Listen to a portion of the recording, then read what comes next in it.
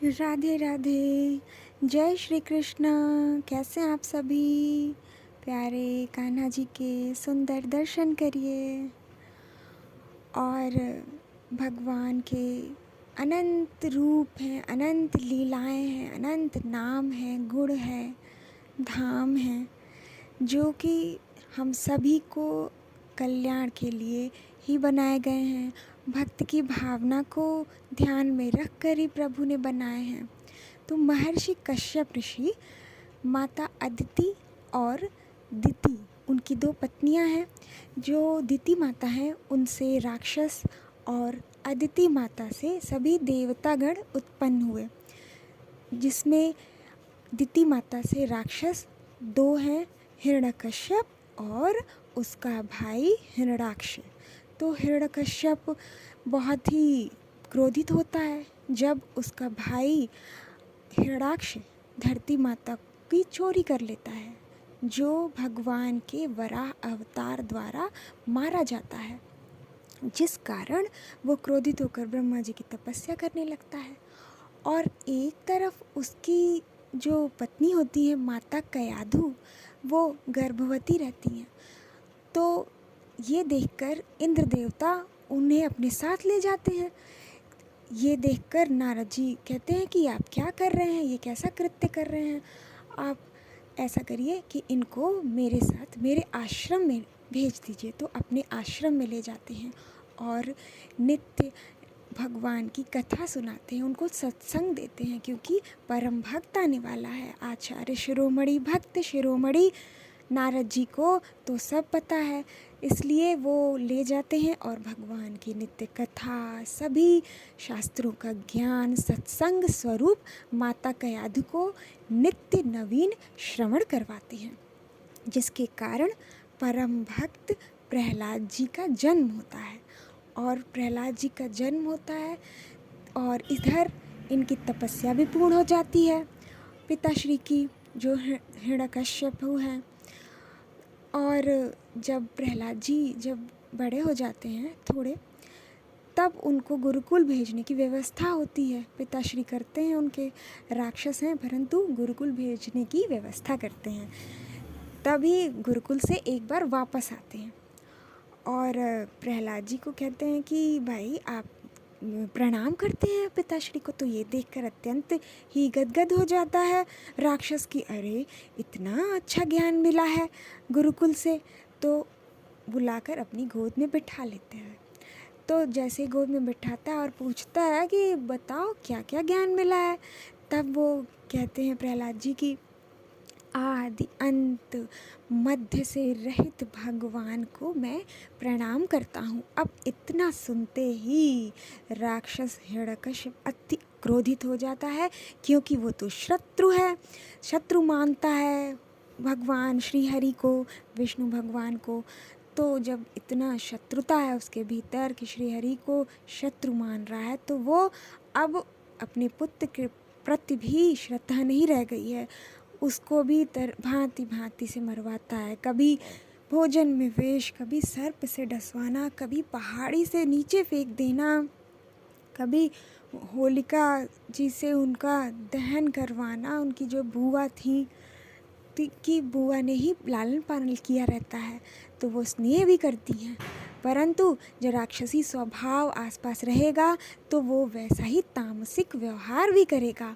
और अपने जो भाई का कृत्य नहीं देखा कि वो माता मेदिनी, जो हमारी पृथ्वी माता है, वो भगवान श्री हरि की पत्नी है, उनका हरण कर लिया, जिसके कारण ही प्रकृति एकदम विचलित हो गई। अब कैसे सृष्टि बने, ब्रह्मा जी व्याकुल हो गए और उसके बाद प्रभु के पास गए कि नहीं मिल रही हैं। तब वो समुद्र के निचले स्तर पर, तल पर जाकर वराह रूप में प्रभु ने अपने नाक पर, सूंड पर ले आया, प्रभु को ले आए माता को। तब सृष्टि का संचालन सुचारू रूप से हुआ। तो ये सारी जो व्यवस्था है, प्रभु पालनहार हैं, हम सबकी रक्षा करते हैं, तो अपने भक्त की भी सदैव रक्षा कुछ भी नहीं हुआ है, प्रहलाद जी को कहीं से भी कुछ भी हानि नहीं हुई है। सर्प से डसवा दे या विष दे दे, सभी अमृत बनता जा रहा है, क्योंकि उनके अंदर भय ही नहीं है। जो भक्ति करता है उसके भीतर भय नहीं होता है, वो निर्भीक हो जाता है। प्रभु सदैव उसके साथ रहते हैं, वो अनुभूति करता है, सर्वत्र देखता है प्रभु को। तभी हिरण्यकश्यप बहुत ही क्रोधित होता है, कहता है कि क्या इस खंबे में है क्या तुम्हारे भगवान? सब जगह हैं तो क्या इस खंबे में है? तो कहता है कि हाँ, इस खंबे में भी हैं। तब जैसे ही प्रहलाद जी पुकारते हैं प्रभु को, तो तत्काल खंबे में से निकलकर एक बहुत ही विचित्र प्राणी कैसा है कि उसका जो सर है वो शेर का है, सिंह का है, और जो धड़ है वो मनुष्य का है। ये कैसा है जीव, ये कैसा अद्भुत लीला! क्योंकि ब्रह्मा जी ने आशीर्वाद दिया था कि न दिन में, न रात में, न घर में, न बाहर तुम कभी नहीं मर सकते। अब क्या किया जाए, न मनुष्य, न देवता, न राक्षस, किसी से भी नहीं मर सकते। तो ऐसा वरदान प्राप्त करके आया था ताकि श्रीहरि के साथ वो युद्ध कर सके, उनको युद्ध में विजयी ना हो और स्वयं विजयी हो जाए। ऐसा तो कभी हुआ नहीं, सदैव अच्छाई ही जीतती है, पुण्य ही जीतता है, बुराई कभी नहीं जीतती है। तो ये देखकर प्रकट हो गए हैं और अत्यंत क्रोधित हैं। भगवान नरसिंह भगवान का प्राकट्य हुआ है, अत्यंत क्रोधित हैं कि उनके भक्त को ऐसा किया गया और ऐसा दुर्व्यवहार किया गया है। तब अपने जांघों पर रखकर ना ही अंदर, ना ही बाहर, ना ही आकाश में, ना ही पाताल में, ना ही देव, ना ही राक्षस, ना ही नर, ना ही नारी, ना ही जानवर, ना ही पशु, कोई भी नहीं। सर जो है वो है शेर का, पशु का, और धड़ है मनुष्य का। तब वो नरसिंह भगवान हुए हैं, क्योंकि भगवान से अधिक कोई बुद्धिमान हो सकता है, कोई अमरत्व पा सकता है क्या? कोई भी नहीं पा सकता है। तब उन्होंने अपने नाखूनों से, क्योंकि न अस्त्र से न शस्त्र से, किसी भी से भी नहीं, तो ये नाखून उनके, उस नाखून से, क्योंकि जब शेर का है तो उसको चीर दिया है, फाड़ दिया है उनके छाती को, और सब रक्त ही रक्त हो गया है, और अत्यंत क्रोधित हैं। इतनी क्रोधित है कि सभी देवता और भगवान शंकर, ब्रह्मा जी अत्यंत ही व्याकुल हो गए हैं कि ये क्या हुआ, ये कैसे हुआ। और तभी माता लक्ष्मी को बुलाया जाता है कि वो उनकी धर्म पत्नी हैं, आएंगी तो वो शांत कराएंगी। जैसे ही आती हैं, लेकिन प्रभु को ऐसे क्रोधित देखकर वो भी भयभीत हो जाती हैं, पीछे हट जाती हैं कि ये क्या हुआ। ऐसा रूप प्रभु का कि जो भी सामने आ जाए वो भी भस्म हो जाएगा, क्योंकि वो अत्यंत क्रोधित हैं। प्रभु का प्रेम अति विशाल है, समुद्र से भी गहरा है, तो क्रोध भी वैसा ही होगा। इसलिए प्रभु क्रोध नहीं करते हैं, वो भक्त की रक्षा करने के लिए है वो क्रोध, कि कोई मेरे भक्त के साथ दुर्व्यवहार ना करे। इस कारण हुए, क्योंकि प्रभु तो भक्त वत्सल हैं। जब उनकी हत्या कर दी, मार दिया, तो अत्यंत क्रोधित है। अब उनको शांत कराने के लिए तब सभी ने प्रार्थना की कि जो बालक हैं प्रहलाद जी वही जाएं और उनको शांत कराएं। तब स्तुति करते हैं भक्त प्रहलाद जी, और भगवान शांत होते हैं, अपनी गोद में उनको बिठाते हैं, और जब शांत हो जाते हैं तभी सभी देवतागण भी प्रसन्न हो जाते हैं, क्योंकि अब दैत्य की मृत्यु हो गई है और शांति हो गई है चहु और त्राहिमाम नहीं है कि दुष्ट से रक्षा करो। और परम भक्त प्रहलाद जी को कहते हैं कि तुम जैसा भक्त जो एकांत में भी रहकर मुझे स्मरण करता है, कि आप अकेले हैं और भगवान के स्मरण में हैं सदैव, तो आपके साथ प्रभु सदैव रहते हैं, क्योंकि आपके भीतर अब कोई कामना नहीं है संसार की। इसलिए उनको आशीर्वाद देते हैं कि तुम एक मनवंतर तक पृथ्वी पर राज्य करो। और प्रहलाद जी एक मनवंतर तक पृथ्वी पर राज्य करते हैं। तो बोलिए भक्त वत्सल भगवान की जय। प्रभु अपने भक्तों से अत्यंत प्रेम करते हैं, और जो भी स्मरण करता है तो वो सदैव उनको अपने पास ही अनुभव करता है, क्योंकि अंतःकरण में तो साक्षात परमात्मा श्री हरि ही विराजित हैं, परंतु बाहरी संसार में आप रहते हैं, सदैव बाहर की बातों पर ही ध्यान देते हैं, कभी स्वयं के भीतर नहीं झांका।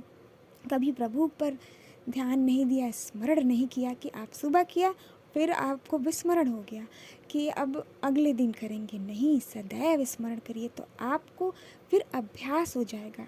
इस अभ्यास से प्रभु आपको सदैव अपने साथ दिखेंगे कि जब मैं था तब हरि नहीं, अब हरि हैं मैं नाही, क्योंकि स्वयं को भी अब हरि स्वरूप ही जान लिया है, क्योंकि सर्वत्र अब दिख रहे हैं। अब स्वयं को भी जान लिया, अपने आत्म तत्व को जान लिया है कि मैं ही भगवान हूँ, मेरे भीतर जो आत्मा है वही भगवत तत्व है। और जब भगवान से प्रेम करती है, उनका स्मरण करती है, तो प्रभु आपको दिखते हैं और आपको भगवत प्राप्ति हो जाती है, क्योंकि आपको प्रभु की ओर बढ़ना है, तो संसार की ओर नहीं। जैसे ही आप संसार को देखते हैं आप व्यथित हो जाते हैं और बिल्कुल भी आपको नहीं पता कि क्या करना है, कैसे करना है, आप उलझे रहते हैं और भव सागर से पार नहीं हो पाते हैं।